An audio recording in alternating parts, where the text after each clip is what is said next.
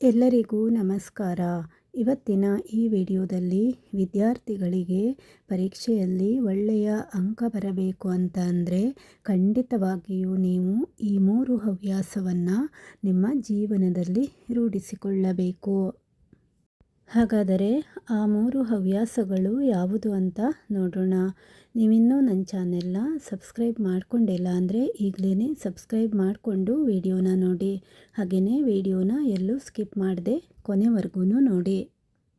ತುಂಬ ಜನ ಮಕ್ಕಳಿಗೆ ನಾವು ಒಳ್ಳೆಯ ಮಾರ್ಕಸನ್ನು ತಗೋಬೇಕು, ನಾವು ಎಲ್ಲರಿಗಿಂತ ಜಾಸ್ತಿ ಅಂಕನ ತಗೊಂಡು ನಾವು ಕೂಡ ಎಲ್ಲರ ಥರನೇ ಟಾಪರ್ ಆಗಬೇಕು ಅಂತ ಆಲೋಚನೆಯನ್ನು ಮಾಡ್ತಿರ್ತಾರೆ. ಆದರೆ ಅವರು ಈ ರೀತಿಯ ಈ 3 ಒಳ್ಳೆಯ ಅಭ್ಯಾಸವನ್ನು ಬೆಳೆಸಿಕೊಂಡಿದ್ದೇ ಆದರೆ ಖಂಡಿತವಾಗಿಯೂ ಅವರು ಜೀವನದಲ್ಲಿ ಒಳ್ಳೆಯ ಪರೀಕ್ಷೆಯಲ್ಲೂ ಕೂಡ ಒಳ್ಳೆಯ ಅಂಕವನ್ನು ಗಳಿಸಿ ಜೀವನದಲ್ಲಿಯೂ ಕೂಡ ಒಳ್ಳೆಯ ವ್ಯಕ್ತಿಯಾಗಿ ಬದಲಾಗುತ್ತಾರೆ. ಹಾಗಾದರೆ ಆ 3 ಹವ್ಯಾಸಗಳು ಯಾವುದು ಅಂತ ನೋಡೋಣ.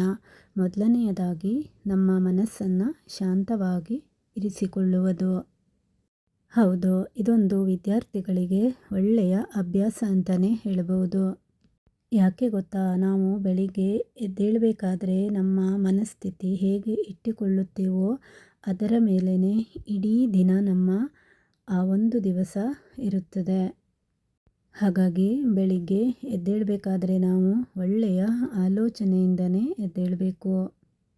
ಕೋಪ, ಅಸೂಯೆ, ದ್ವೇಷ ಈ ರೀತಿಯನ್ನೆಲ್ಲ ಆಲೋಚನೆ ಮಾಡದೆ ಒಳ್ಳೆಯ ಆಲೋಚನೆಯೊಂದಿಗೆ ನಾವು ನಮ್ಮ ದಿನವನ್ನು ಪ್ರಾರಂಭಿಸಬೇಕು. ನಮ್ಮ ಮನಸ್ಸು ಎಷ್ಟು ಶುದ್ಧವಾಗಿ ಇರುತ್ತದೆಯೋ ಹಾಗೆ ನಾವು ಕೂಡ ಅಷ್ಟೇ ಶುದ್ಧವಾಗಿ ಇರುತ್ತೇವೆ. ನೀವು ಬೆಳಿಗ್ಗೆ ಹಾಸಿಗೆಯಿಂದ ಎದ್ದೇಳಬೇಕಾಗಿದ್ದರೆ ನೀವು ನಿಮಗೆ ನೀವೇ ಒಂದು ಪ್ರಮಾಣವನ್ನು ಮಾಡ್ಕೋಬೇಕು. ಇವತ್ತಿನ ದಿನ ನಾನು ಈ ದಿನವನ್ನು ಚೆನ್ನಾಗಿ ಬಳಸಿಕೊಳ್ಳಬೇಕು. ಯಾವುದೇ ಒತ್ತಡವನ್ನು ತಲೆಗೆ ಹಾಕಿಕೊಳ್ಳದೆ ತುಂಬ ಶಾಂತವಾದ ಮನಸ್ಸಿನಿಂದ ಇವತ್ತಿನ ಈ ದಿನವನ್ನು ನಾನು ಕಳೆಯಬೇಕು ಅಂತ ಅಂದರೆ ನೀವು ಶಾಲೆಗೆ ಹೋದ ನಂತರ ಅಲ್ಲಿ ನಿಮ್ಮ ಗುರುಗಳು ಪಾಠ ಮಾಡುವಾಗ ಮನಸ್ಸನ್ನು ಆದಷ್ಟು ಶಾಂತವಾಗಿ ಇರಿಸಿಕೊಂಡು ಗುರುಗಳು ಹೇಳಿದ ಪಾಠವನ್ನು ತುಂಬ ಶ್ರದ್ಧಾ ಭಕ್ತಿಯಿಂದ ಕೇಳಬೇಕು.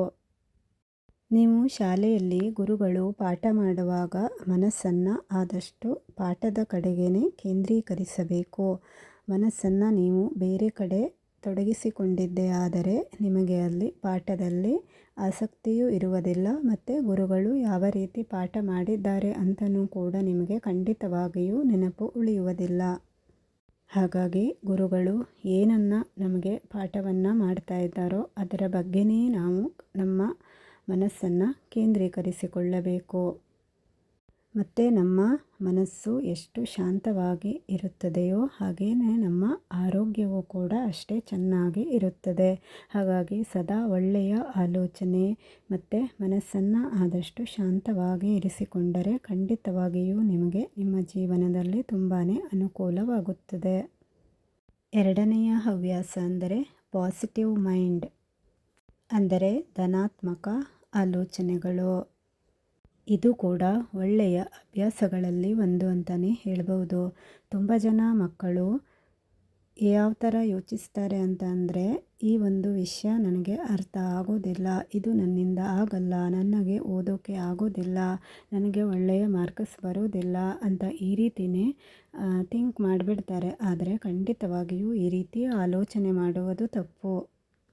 ಯಾಕೆಂದರೆ ನಾವು ಪ್ರಯತ್ನವನ್ನು ಪಟ್ಟರೆ ಖಂಡಿತವಾಗಿಯೂ ನಮ್ಮಿಂದ ಸಾಧ್ಯವಾಗುತ್ತದೆ. ಹಾಗಾಗಿ ನಾವು ಯಾಕೆ ಆ ರೀತಿ ಆಲೋಚನೆಯನ್ನು ಮಾಡಬೇಕು, ಇದು ನನ್ನಿಂದ ಆಗತ್ತೆ, ಇದನ್ನು ನಾನು ಕೂಡ ಮಾಡಬೇಕು, ಮತ್ತೆ ಮತ್ತೆ ಪ್ರಯತ್ನವನ್ನು ಮಾಡಿದರೆ ಖಂಡಿತವಾಗಿಯೂ ನಮಗೆ ಒಂದಲ್ಲ ಒಂದು ದಿನ ಅದು ನಮಗೆ ಸಿದ್ಧಿಯಾಗಿಯೇ ಆಗುತ್ತದೆ. ಹಾಗಾಗಿ ನಾವು ಒಳ್ಳೆಯ ಆಲೋಚನೆಯನ್ನು ಮಾಡಿದರೆ ಅಂದರೆ ಧನಾತ್ಮಕವಾಗಿ ಆಲೋಚನೆಯನ್ನು ಮಾಡಬೇಕು. ಅಂದರೆ ಈಗ ನೀವು ಗಣಿತನೇ ತಗೊಳ್ಳಿ, ಅಯ್ಯೋ ದೇವರೇ ಈ ಲೆಕ್ಕ ನನಗೆ ಬಿಡಿಸೋಕ್ಕಾಗಲ್ಲ, ನನಗೆ ಇದು ಬರೋದಿಲ್ಲ ಅಂತ ಅಂದ್ಕೊಬಿಡ್ತೀರ. ಆದರೆ ಆ ರೀತಿ ಅಂದ್ಕೋಬಾರ್ದು.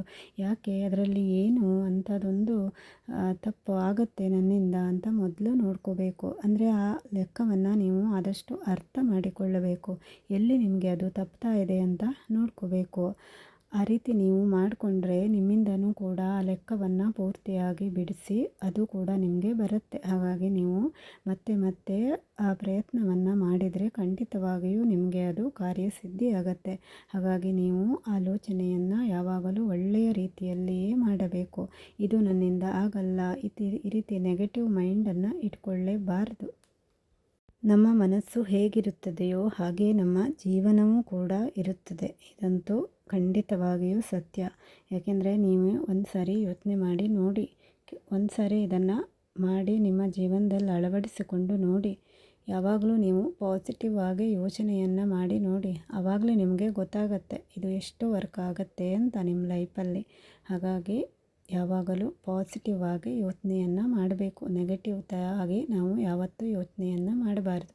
ಇದು ನನ್ನಿಂದ ಆಗಲ್ಲ, ಇದು ಸಾಧ್ಯ ಇಲ್ಲ ಅಂತ ಈ ರೀತಿ ಯಾವಾಗಲೂ ನಾವು ಅಂದ್ಕೋಬಾರ್ದು.